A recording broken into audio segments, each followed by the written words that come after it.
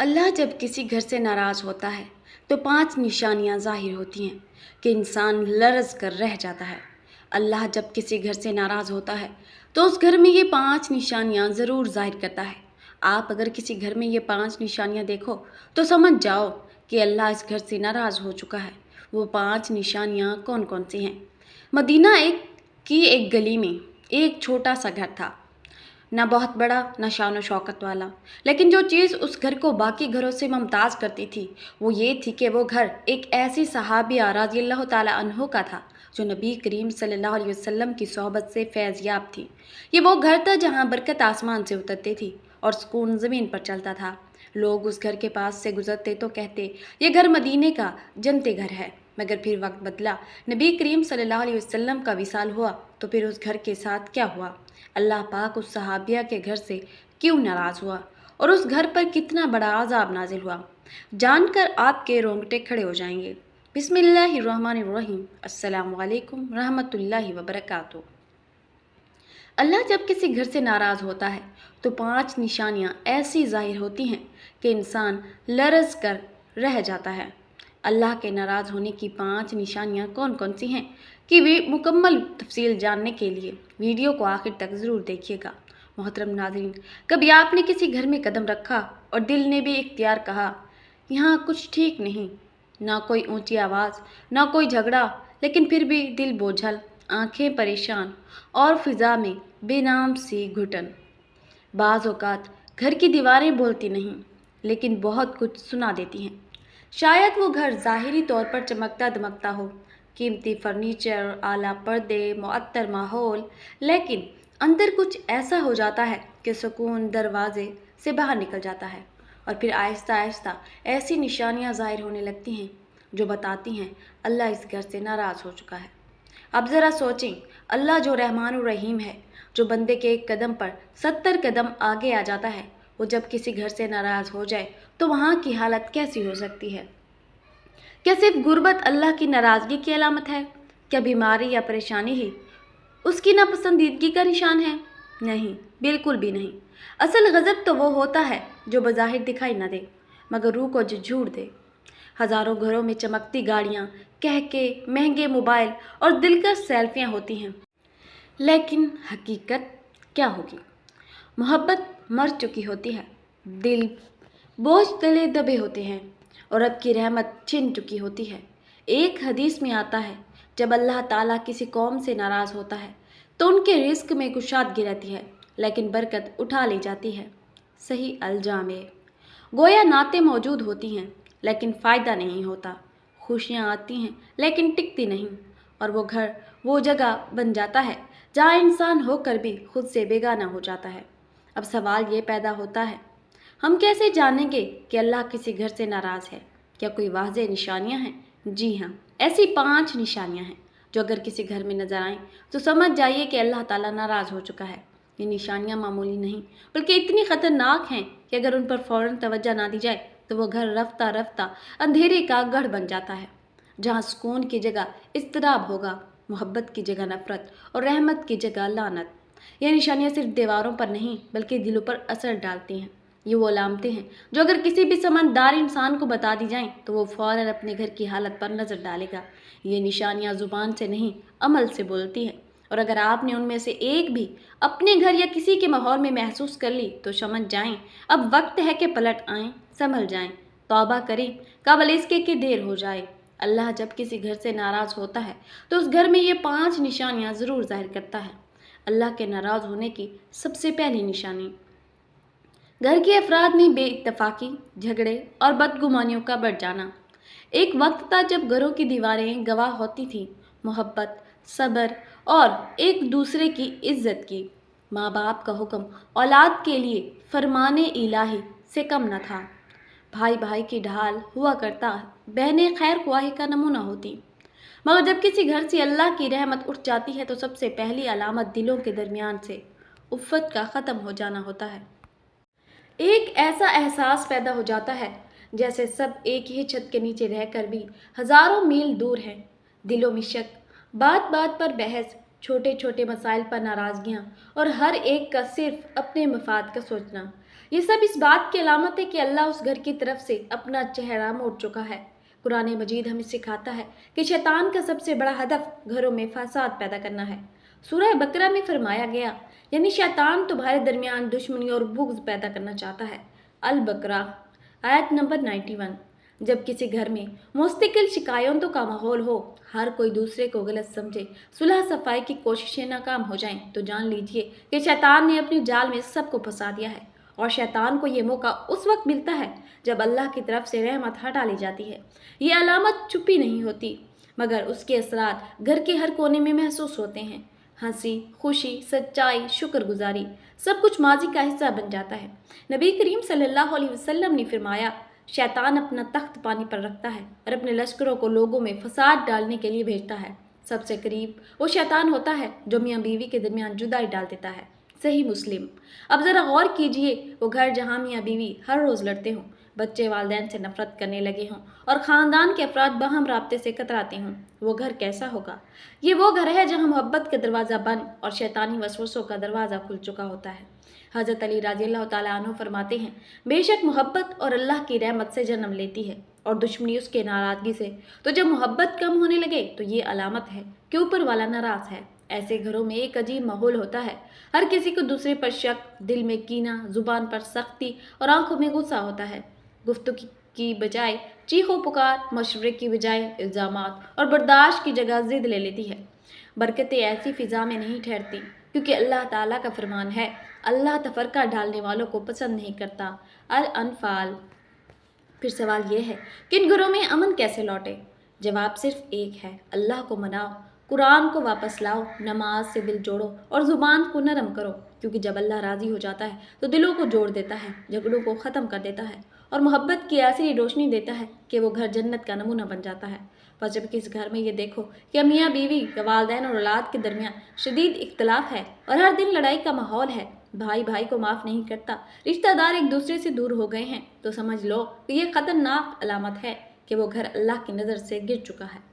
یہ وقت ہے توبہ کا، اصلاح کا، معافی کا اور محبت کو واپس لانے کا، ورنہ یہ گھریلو اختلافات رفتہ رفتہ تباہی کی طرف لے جاتے ہیں۔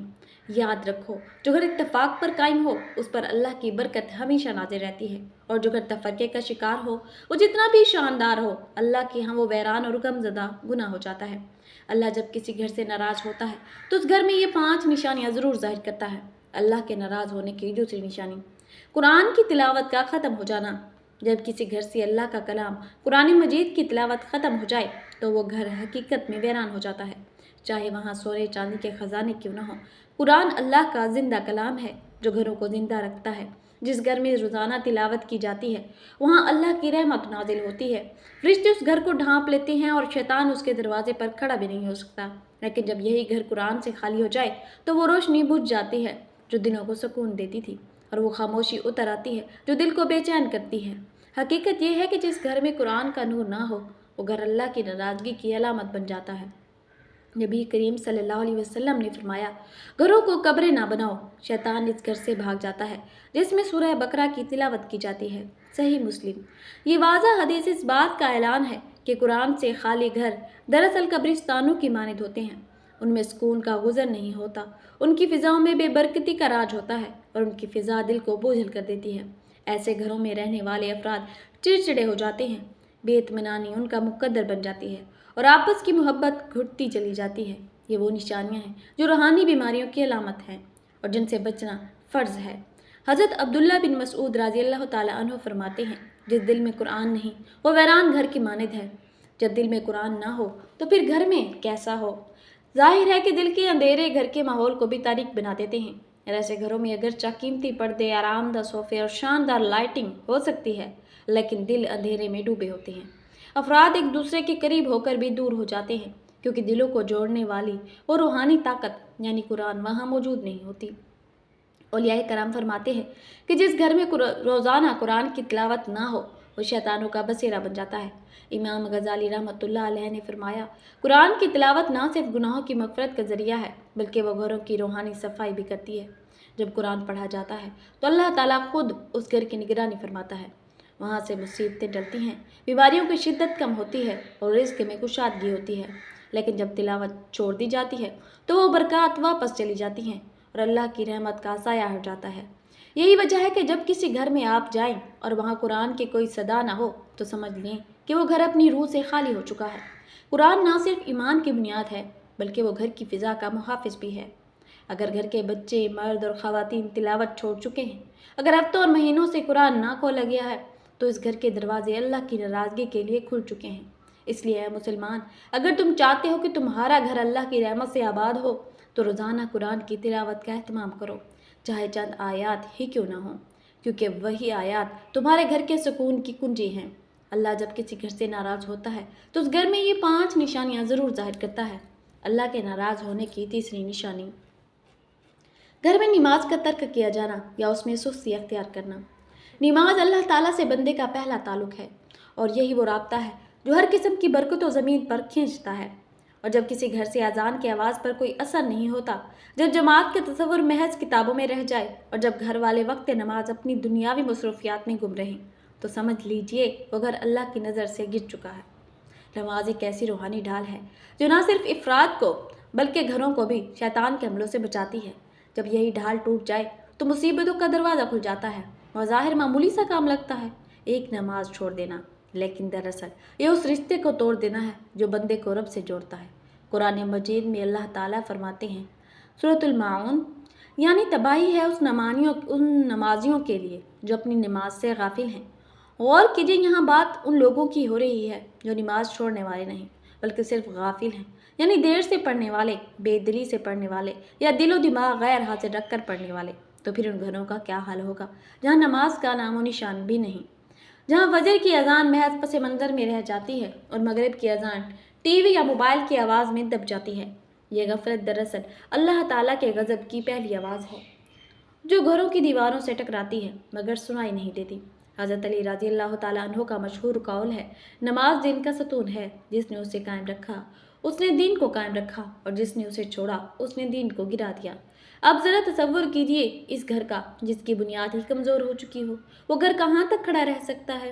نماز چھوڑنے والا انسان تو نقصان اٹھاتا ہی ہے لیکن اس کا گھر بھی اللہ کی برکت سے محروم ہو جاتا ہے۔ آپس کی محبت کم ہو جاتی ہے، رزق تنگ ہو جاتا ہے، بیماریاں بڑھ جاتی ہیں اور گھر کے افراد ایک دوسرے سے بدگمان ہو جاتے ہیں۔